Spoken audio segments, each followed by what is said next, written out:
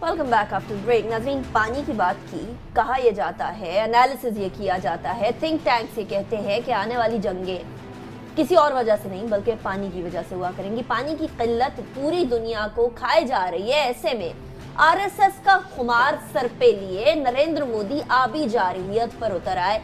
Indus water treaty यानी सिंध तास मुआहिदा जो भारत और पाकिस्तान के माबैन हुआ, उसको वायलेट करने पर तो लाए। इससे पहले हम लोगों ने बात की थी अपने कुछ पिछले शोज के अंदर कि वर्ल्ड बैंक ने भी कहा है कि पाकिस्तान और इंडिया बैठकर इस मसले को हल करें, लेकिन ये मसला हल होने का नाम नहीं ले रहा। खालिद साहब, जब बात आती है इंडिया की तो ऑब्वियसली वो हमें ऐसी जगह से चाहेंगे कि तंग करें जो हमारा वाकई में मसला हो, जहां ह्यूमैनिटेरियन इश्यूज क्रिएट हो, चाहे वो कश्मीर हो या पानी का मसला हो।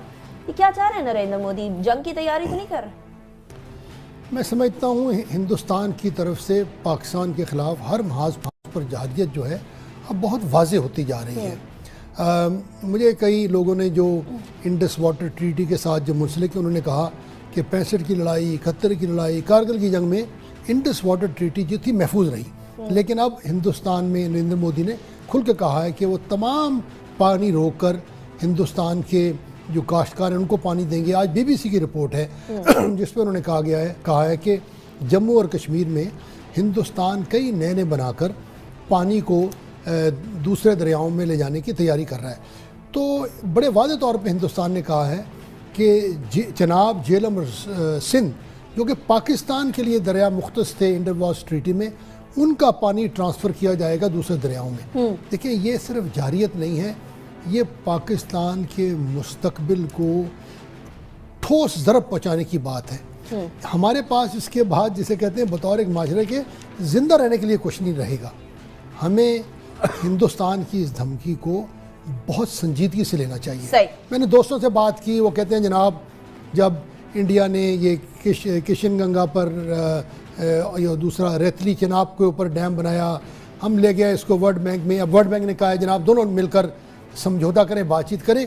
ज़रूर करें, हमें हिंदुस्तान के साथ मुज़ाकरात करने चाहिए, इंडस वाटर ट्रीटी को महफूज रखना चाहिए।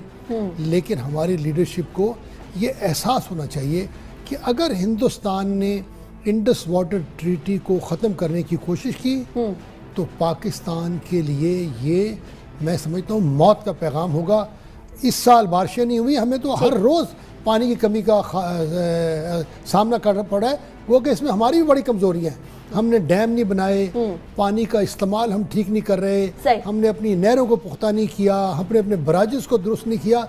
लेकिन अगर इंडस वाटर ट्रीटी के ऊपर हिंदुस्तान जारहियत पे उतर आता है तो पाकिस्तान को इस जारहियत का जवाब देना चाहिए। हमारी लीडरशिप को चाहिए कि और मज़ीद वक्त ज़ाया ना करें, दुनिया पे बोझ डालें, हिंदुस्तान को साथ मिलाएं, जिस तरह भी मुमकिन हो, डर के नहीं, भीख मांग के नहीं, बराबरी की बुनियाद पर हमें अपने दरियाओं के पानी को अपने मुस्तकबिल के लिए महफूज करना होगा, वरना पाकिस्तान रेगिस्तान में बदल जाए। ठीक है। अच्छा चुगताई साहब, यहाँ दो तरीके आ जाते हैं फिर। एक तो वो जहाँ मेज पर बैठ के डिप्लोमेसी के साथ खेला जाए। डिप्लोमेसी में अमूमन पाकिस्तान कहीं ना कहीं मार खा जाता है। आज हम कितना ज्यादा इसको एडवर्टाइज कर रहे हैं कि इंडिया अभी जारहियत पर उतर आया है, सर पे खुमार चढ़ाए हुए वो हिंदुत्वा का।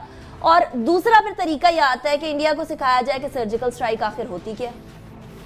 देखिए, दो बातें। खालिद साहब की जो बात है कि हिंदुस्तान ने तय कर लिया है कि वो ये करेगा, तो ये तो मोदी ने कहा है, वो इकबाली बयान है उसका, वो मुजरिम है। उसने कहा है कि हम पाकिस्तान को बूंद बूंद पानी को तरसा देंगे, पाकिस्तान में एक कतरा पानी का नहीं मिलेगा। ये प्रेस कॉन्फ्रेंस नहीं है, ये कोई किसी टीवी की खबर नहीं है, ये उनका खिताब था जो उन्होंने भी किया 2 महीने पहले जी। तो इंटेंशन बहुत क्लियर हैं। और वो वर्ल्ड बैंक, वहाँ बैंक भी गए, वहाँ भी उन्होंने इंडस वाटर ट्रीटी के लिए एक्सपर्ट मांगा कि इस पर पाकिस्तान का जो वो मसला है इसको रिव्यू करने के लिए एक्सपर्ट दें। पाकिस्तान ने सालिस मांगा और तो उन्होंने कहा कि ये आप दोनों वापस जाइए, हम दोनों में से कोई किसी का फैसला नहीं करेंगे और बैठ के बात कीजिए। बात कहाँ होती है? जहाँ मुज़ाकरात हो रहे होते हैं। मुज़ाकरात कहाँ हो रहे होते हैं? मुज़ाकरात नहीं हो रहे। हिंदुस्तान ने मुज़ाकरात का सिलसिला ही बंद कर दिया, वो बाब बंद कर दिया। कंपोजिट डायलॉग से लेकर अब तक जो नए डायलॉग्स होने थे वो भी नहीं हुए, हत्ता कि बेचारी सुषमा स्वराज किडनी की मरीज़ा हो गई, वो अस्पताल में दाखिल हो गई। मैंने साहब से बात की थी कि हमारे पास क्या तरीक़ा है ये आबी जहाजियत रोकने का अगर वो पानी बंद करते हैं। उन्होंने बहुत अजीबोगरीब बात की, लेकिन मेरे जहन में सिर्फ यही बात आती है कि अगर वो पानी रोकने की कोशिश करें तो हम उन इलाकों पे कब्ज़ा कर लें जहाँ से पानी आता है। अब इसकी वजाहत जनरल साहब करेंगे। देखिए, नहीं, मेरे ख्याल में जो हमें बताने की ज़रूरत है, पहली बात तो हमारी लीडरशिप को इस मौजू पर संजीदा होने की ज़रूरत है। जो अगर नहीं मोदी ने यह बयान दिया था कि पानी पाकिस्तान का वो कतरा कतरा रोकेंगे, तो मोदी के जो मुतबादल लीडरशिप है उस लीडरशिप को बयान देना चाहिए। सर वो तो बोलती नहीं ना कि अगर आपने पाकिस्तान की एक बूंद पे कतरा किया, हम उसको पाकिस्तान के खिलाफ ईरानी जंग तस्वर करेंगे। तो मैं समझता हूँ कि हमें इस मसले पर संजीदा होने की जरूरत है। संजीदा बिल्कुल होने की जरूरत है। नासिर बेग चुगताई साहब बहुत शुक्रिया, आपने ज्वाइन किया। खालिद मकबूल साहब बहुत शुक्रिया, ज्वाइन किया। ये मसला बड़ा है, वक्त कम था, लेकिन हमारे आज के शो से इतना है। हमें फीडबैक जरूर दीजिएगा। बाकी कामों से फुर्सत मिले तो इस चीज के ऊपर भी ध्यान करना होगा कि पानी के ज़खायर मुल्क में कम होते चले जा रहे हैं, खुश्क साली सामने आती जा रही है। अब ये भी कहा गया है कि जनवरी में भी बारिशें या तो होंगी नहीं या बहुत कम होंगी। इस सर्दी का मौसम कुछ इसी तरह गुजरा है, धुंध भी इसी तरह गुजरी है। गजनफर साहब, अगर ऐसे ही हालात रहे तो वो ख्वाजा आसिफ साहब ने एक जमाने में कुछ साल पहले ही कहा था कि जी दुआ करें कि अल्लाह ताला बारिशें कर दे, फिर हमें दुआ के लिए हाथ उठाने पड़ेंगे। तो वो कल परसों प्रेसिडेंट हाउस में तो उन्होंने वो नमाज पढ़ी बारिश के लिए।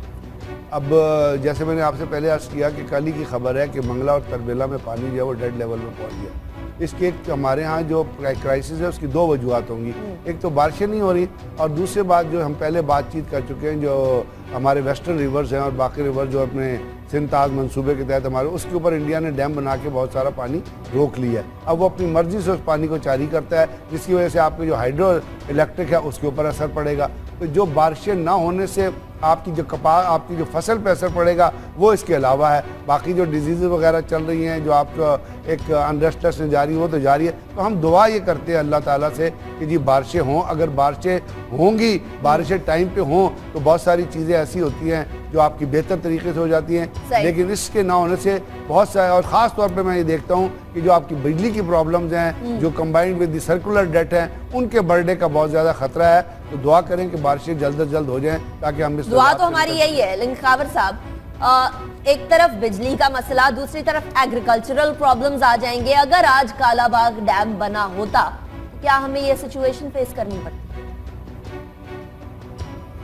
अनिका, कालाबाग डैम का नाम ना लें, आपको कल को खबरें छप जाएंगी कि किसी प्रोग्राम, टेलीविजन प्रोग्राम के अंदर ये मुल्क के अंदर इंतशार फैलाने की कोशिश की जा रही है। और ये नेशनल असेंबली के अंदर ये जब सेशन होता है तो वहाँ पे अगर किसी के मुंह से बात भी निकल जाए तो यकदम 3-4 जो लोग हैं वो खड़े होकर वो गाली गलोच तक वो बात आ जाती है। लिहाजा प्लीज़ ये नाम ना लें कालाबाग डैम का।